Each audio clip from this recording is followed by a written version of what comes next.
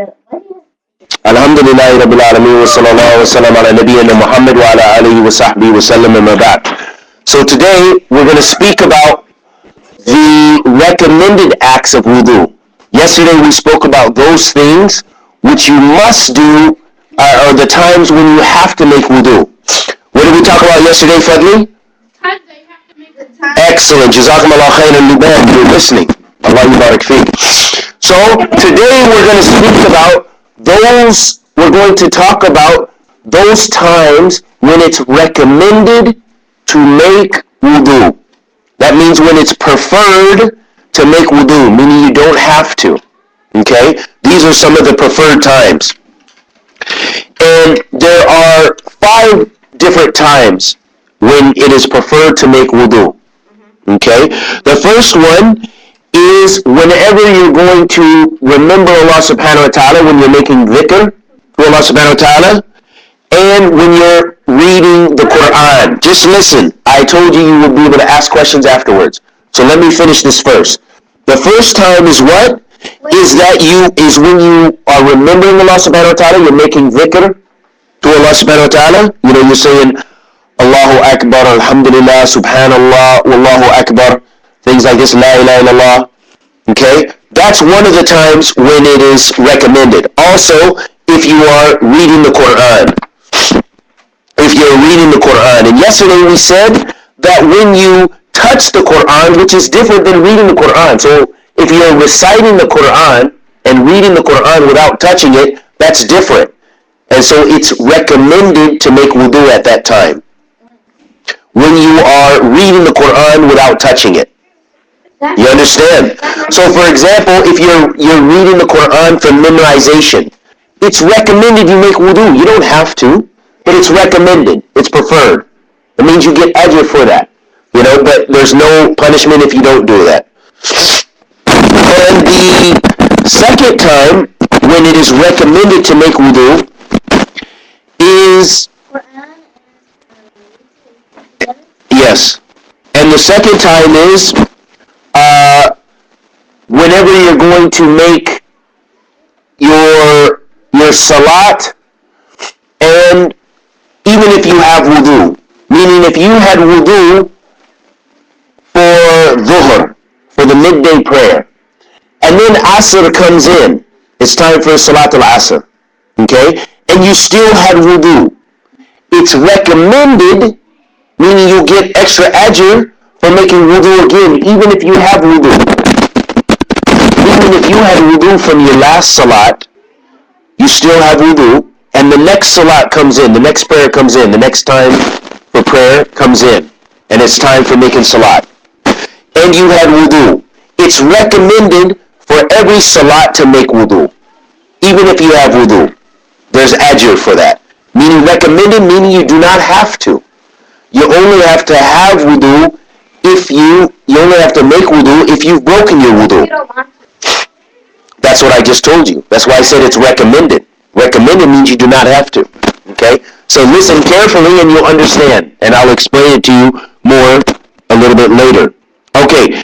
The third time when it is recommended, meaning you do not have to make wudu, but it's recommended you do, you'll get extra ajr, is that if someone, the husband and wife, if they have relations and they are what's considered junub, they are impure from their relations. So in this time, if they don't choose to make ghusl and they want to eat or they want to sleep, then then it's recommended for them to make wudu. They don't have to.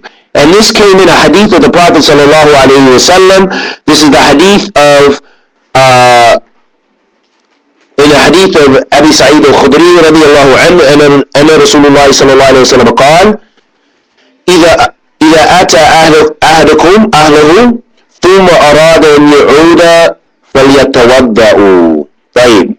In this hadith that was related by Abi Sa'id al-Khudri radiyallahu anhu, he said that the Prophet sallallahu alayhi wasallam said that if one of you wants to return to his family after they've already had relations, then he can then make wudu. Then he should make wudu again. What's the fourth one? So we'll just hold on. We're not on the fourth one yet. We're on the third one. And then in another hadith, hold on a minute. And in another hadith, I think it was a hadith of Umar bin al-Khattab radiyallahu anhu, where he said that the Prophet sallallahu alaihi wasallam said that, or he asked the Prophet sallallahu alaihi wasallam that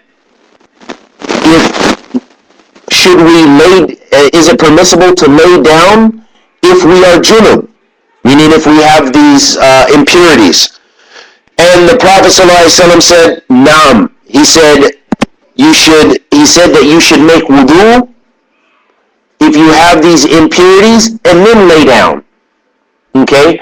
So this shows us that when we have junub, that we have those impurities, then we should, from relations or any other things, we'll talk about it more, then those things, then we should make wudu. That's a recommended time. So far, we have when we remember Allah subhanahu wa ta'ala, when we're making dhikr and we're reading the Quran. That's the first one. And the second one is during the regular salat, for every salat, making wudu. Even if you have wudu. That's recommended. And the third one is if you have junub. If you're a junub. Okay? If you have those impurities from those things that are junub. Just 1 minute.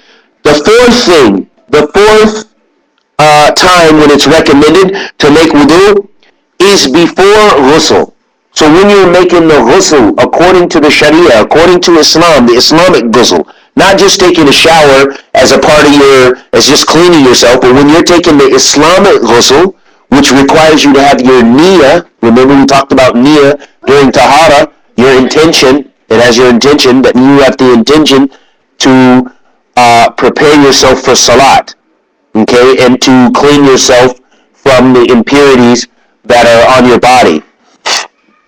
So this wudu is, this ghusl is different from the regular washing yourself. That bath or that shower is different from your regular shower where you're just trying to clean yourself, okay?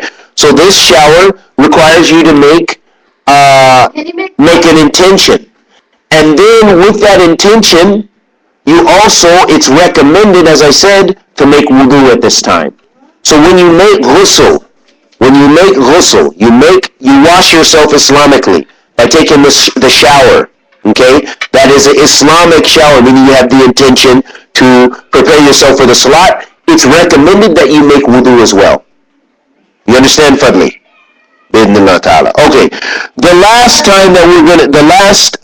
thing we're going to mention is number 5, is that we also it's recommended to make wudu when you are going to sleep, before you sleep. That's also a recommended time to make wudu. And this came in the hadith of Bara ibn Azib radiallahu anhu. And he said that the Prophet sallallahu alaihi wasallam said, if one of you wants to lay down, then he should make wudu, like the wudu for salat. Then lay down, and then he should lay down on his right side. So this shows us that part of the adab, or part of the manners of sleeping, is that we make wudu. You'll get ajr for that, like as if you're going to make salat, so you make wudu, and also that you lay on your right side. Those are also both from the prophetic traditions. These are according to the sunnah of the Prophet ﷺ, and you receive ajr for that. And in addition, as a last benefit, by laying on your right side, that's better for your body than laying on your left side. The fifth thing, the last thing, is that when you are sleeping, to make wudu before you sleep. Everybody understand? So when you are going to sleep, it's recommended that you make wudu. And I ask Allah Kareem Rabbil Arsh Al-Azim to protect us and accept this deed from us and bless us all with beneficial knowledge. Wa sallallahu wa sallam ala nabiyyina Muhammad.